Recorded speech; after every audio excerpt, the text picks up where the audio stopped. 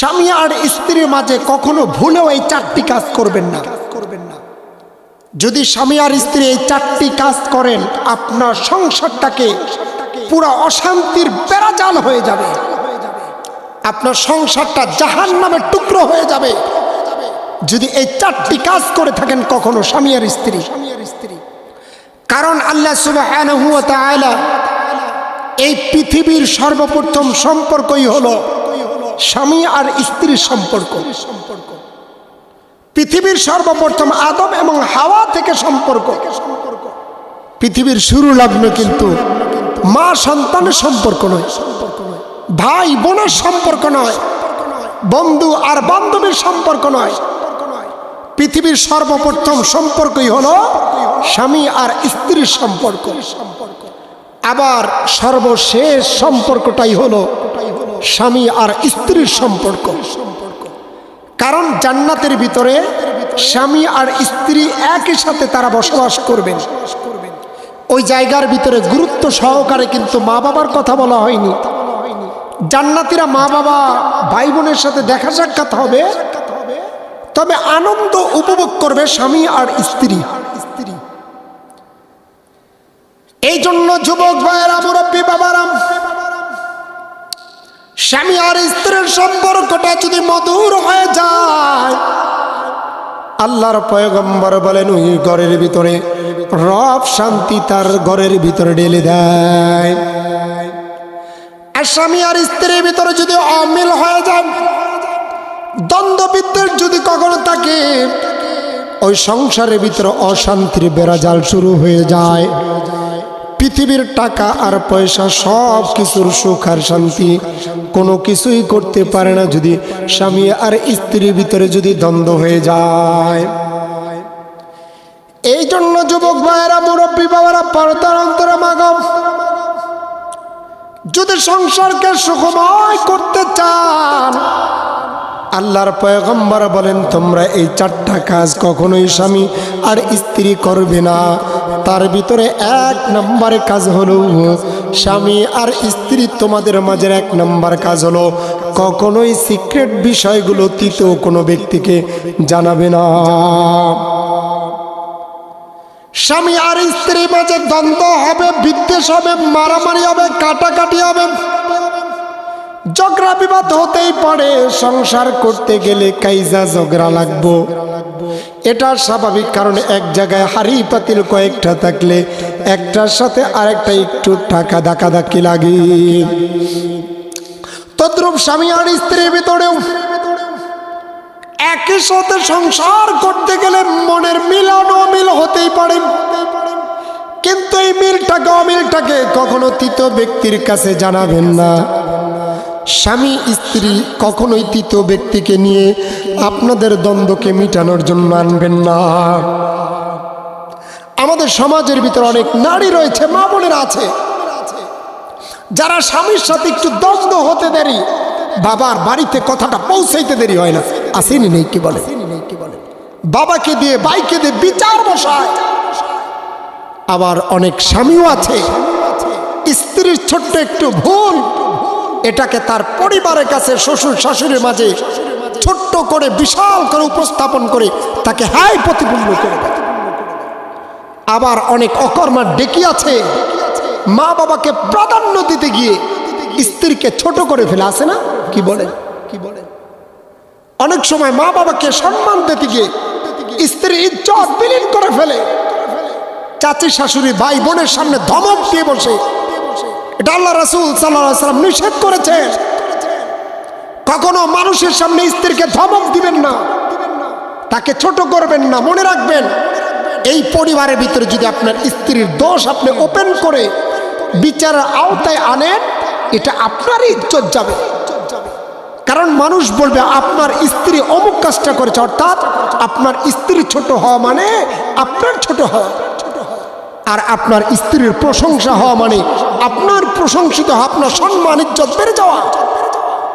এই জন্য স্বামীরা কখনোই স্ত্রীকে ছোট করবেন না পরিবারের কাছে, ভাই বোনের কাছে। আবার মা বোনেরাও কখনো স্বামীর বিষয় দোষ গিয়ে বাবার বাড়িতে বলবেন না।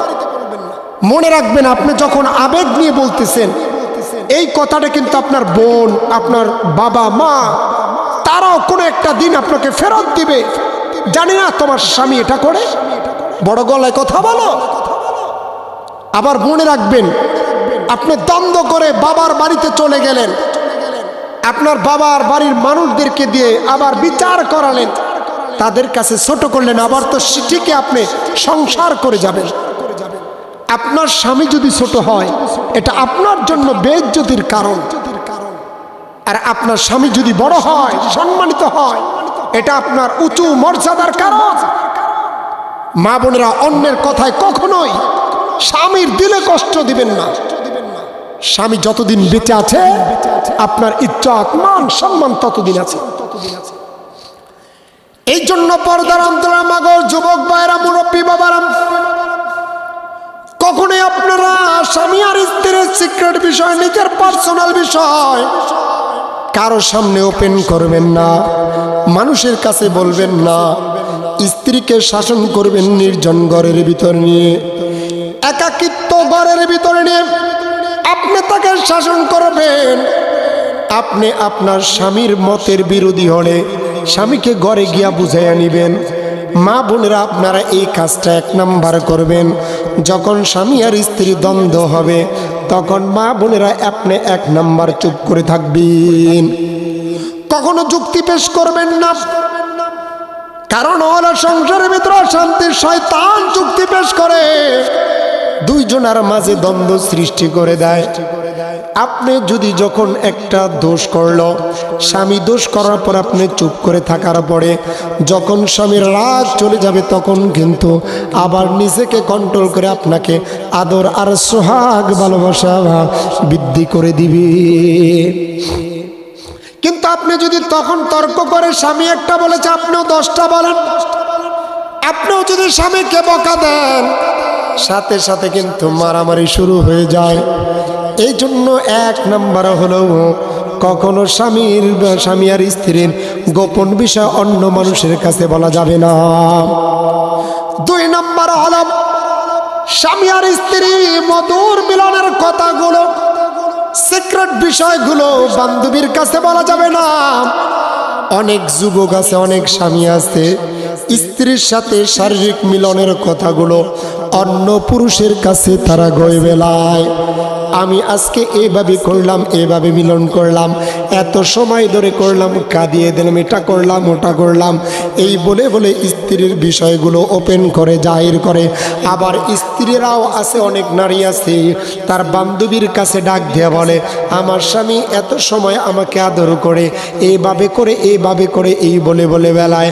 আল্লাহর পয়গম্বর ডেকে বলেন, কোন স্ত্রী যদি তার স্বামীর কথাগুলো তার অন্য মানুষের কাছে এই গোপন বিষয়গুলো বলে, আল্লাহর পয়গম্বর বলেন, ওই দাম্পত্য জীবনের ভিতরে কলহ সৃষ্টি করে দেয় এবং এই সুখময় সংসারটাকে রব বরকত শূন্য করে দেয়। 3 নাম্বার হলো, স্বামী আর স্ত্রী কখনোই খোটা দিবেন না, খোটা দেওয়া যাবে না। আপনার স্বামী ইনকাম করতে জানে না, আপনার স্বামীর ইনকাম ব্যবস্থা কম, কখনোই এটা বলবেন না, পাশের বাড়ির তো অমুকে এত টাকা কামায়, তোমার ভাই ছোট ভাইতে এত টাকা কামায়, পাশের বাড়ির অমুক লোকটা আমাকে তার স্ত্রীকে এত স্বর্ণ দিল, এটা দিল, এটা দিল, তুমি কিছুই করতে পারলা না, অকর্মা ডেকে বলবা না। এমন করে স্বামীকে কখনোই খোটা দেবে না, স্বামীকে কখনোই খোটা দিয়ে কথা বলবে না, আবার স্ত্রীকেও এই খোটাটা দিবে না, কারো সাথে তুলনা করবে না। 3 নাম্বার যেটা স্যাক্রিফাইস করবে, সেটা হলো স্বামী আর স্ত্রী একে অন্যকে কেউ কারোর সাথে খোটা দিবে না, তুলনা করবে না। আমাদের ভিতরে আছে, অমুকের বউ দেখো কত কাজ করে, অমুকের বউটা কত ভালো, সংসারের ভিতরে এত কাজ করে, বাবার বাড়ি থেকে টানে ওটা আনে, এই বলে বলে খোটা দেয়। আল্লাহর পয়গম্বর বলেন, কোন স্ত্রীকে এমন ভাবে তোমরা খোটা দিতে পারবে না। আল্লাহর পয়গম্বর বলেন, স্বামীকেও খোটা দিবে না, অমুক আমার ছোট বোনের জামাই, কত টাকা ইনকাম করে, কত সুন্দর কাজ করে, আর আমারটা হলো অকর্মার ডেকে, এই বলে বলে কখনো খোঁটা দেওয়া যাবে না। 3 নাম্বার হলো স্বামী আর স্ত্রী একে অপরকে কখনো কোনো পর্যায়ে খোঁটা দেওয়া যাবে না। 4 নাম্বার হলো স্বামী আর স্ত্রীর একে অপরকে স্যাক্রিফাইস করবে, স্বামী স্ত্রীর জন্য মায়া মমতা দেখাবে। স্বামী শুধু ব্যাটা হয়ে বসে থাকবে, এটা কিন্তু পয়গম্বর বলে না। স্বামী সবসময়ের জন্য স্ত্রী থেকে খেদমত নেবে না, না না। আল্লাহর পয়গম্বর বলেন না সাহাবীরা শোনো, তোমরা যেভাবে তুমি নিজের খেদমত নাও, তোমার স্ত্রীর প্রতিও তুমি সহানুভূতি হবে, কারণ সেও একজন আল্লাহর বান্দি। আসেনি নাকি বলেন? স্ত্রীর মাধ্যমে শুধু হাত পাটি পাও, এটা কাজ ওটা কাজ, সারাদিন পরে স্ত্রী শুধু কাজ করবে, স্বামী এসে শুধু ঘুমাবে আর খাবে নয়। স্বামী আর স্ত্রীর মাঝে একে অপরকে সহযোগিতা করবে। একজন অসুস্থ হয়ে গেলে আরেকজন খেদমত করবে। স্ত্রী যদি কখনো অসুস্থ হয়ে যায়, মাথা ব্যথা করে, স্বামীকে স্ত্রীর মাথাটাকে টিপে দেবে। পা ব্যথা করতেছে, স্বামী গিয়া স্ত্রীকে তখন সহানুভূতি করবে। কিন্তু আজ যদি কোনো পর্যায়ে মুরব্বীরা দেখে ফেলেইবে যে স্বামী স্ত্রী কোনো কাজ করে দেয়, বলে ও হয়ে গেল ঘর জামাই, বউ চাটা আসেনি নাই। কিন্তু যুবক ভাইয়েরা, মুরব্বী বাবারা, মনে রাখবা, তোমার কিন্তু তোমার বন্ধু বলো, বান্ধবী বলো, দুনিয়ার যত যা কিছু বলো না কেন, কোনো কিছুই কোনো কিছুতে আসবে না। কেউ কোনো উপকার করতে পারবে না। তোমার বার্ধক্য বয়সে কিন্তু স্ত্রী তোমার সাথে থাকবে। তোমার বিপদ পড়লে, পা ভেঙে গেলে তোমার স্ত্রী সব সময়ের জন্য থাকবে। আল্লাহর পয়গম্বর বলেন হুন্না লিবাসুল লাকুন্না, এমন ভাবে হাদিস শরীফের ভিতরে আসছে, একজন আরেকজনের পোশাক, একজন আরেকজনের পোশাক যেভাবে গায়ের সাথে সব সময়ের জন্য মিলে থাকে, স্বামী আর স্ত্রী তোমরা একে অপরের সাথে এই পোশাকের মতো মিলে থাকবে। কারণ বার্ধক্য বয়সে তোমার কেউ থাকবে না, তোমার পাশে কিন্তু সহধর্মিণী আসবে। আজকে অনেক আছে বান্ধবীর কথা শুনে না, বন্ধুর আড্ডায় পড়ে স্ত্রীর প্রতি খেয়াল রাখে না, স্ত্রীর দিকে খেয়াল রাখে না, স্ত্রীর কথা শোনে না, স্ত্রীকে মন চায় জিন্দিগি চালায়। স্ত্রী বলে আজকে একটু তাড়াতাড়ি বাসায় এসো, ধমক দিয়া বলে কয় তোর এত লাগবে কেন, আসেনি নাই। ডাক দেওয়া বলে কয় তোমার এত পারা কিনা, আমি আসুন না, বন্ধুর আড্ডায় যাই। স্ত্রী কোনো এক সময় কয় আজকে আমার শরীরটা ভালো লাগে না, তুমি একটু তাড়াতাড়ি বাসায় এসো। ওই মুহূর্তেও কয় না না না, তাড়াতাড়ি চলে যায়। এমন যদি তুমি বান্দা করো, আল্লাহর পয়গম্বর বলেন তোমার ঘরের ভিতরে অশান্তি নেমে আসবে। স্ত্রী ঘরের ভিতরে তোমাকে বাধ্য দিলে মনে রাখবা, তোমার ঘরটা জাহান্নামের টুকরা হয়ে যাবে। আল্লাহর পয়গম্বর বলেন কোন স্বামী যদি সাক্ষী দেয় আমার স্ত্রী ভালো, তো তাহলে ওই স্বামী আল্লাহর দেওয়া জান্নাতে যাবে, বলনা সুবহানাল্লাহ।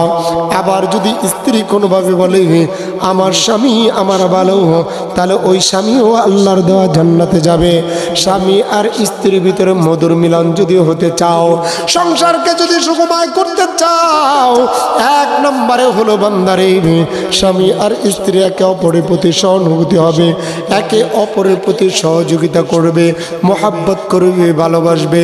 মনে রাখবা, মনে রাখবা, তোমার স্ত্রী স্বামীর ঘর থেকে, বাবার ঘর থেকে টাকা পয়সার জন্য, খাবার দাবারের জন্য কিন্তু আসে নাই। তোমার আমার ঘরে আসছে একমাত্র সব বিষয়গুলো তোমার কাছ থেকে পূরণ করার জন্য। আল্লাহর পয়গম্বর বলেন সাহাবীরা শোনো, স্বামী আর স্ত্রী যদি একই সাথে রবের দেওয়া ওয়াদা অনুযায়ী নামাজ আদায় করে রাসূলের তরিকায় তোমাদের সংসারকে চালাও, আল্লাহর পয়গম্বর বলেন তোমাদের ঘরের ভিতরে আল্লাহ সুবহানাহু ওয়া তাআলা এত পরিমাণের বরকত ডেকে ঢেলে দিবে যেটা আর কেউ করতে পারবে না। আর শয়তানের যে একটা কাজ হলো সেটা হলো স্বামী আর স্ত্রীর ভিতরে দ্বন্দ্ব লাগাইয়া দেওয়া। স্বামী আর স্ত্রীর ভিতরে যখন দ্বন্দ্ব লেগে যাবে তখন ওই ঘরের ভিতরে সুখ আর শান্তি থাকবে না, ওই ঘরের ভিতরে মহব্বত থাকবে না, রবের দেওয়া বরকত থাকবে না। স্বামী আর স্ত্রী যখন দ্বন্দ্ব করবে তখন জাহান্নাম হয়ে যাবে ওই ঘরটা। এই জন্য স্বামী আর স্ত্রী কখনো দ্বন্দ্ব করা যাবে না।